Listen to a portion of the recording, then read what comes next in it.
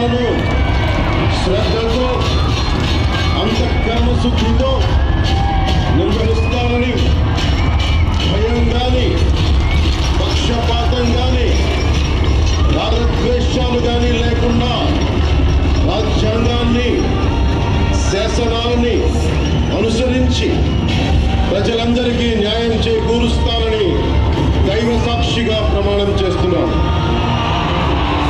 కొణిదెల పవన్ కళ్యాణ్ అనే నేను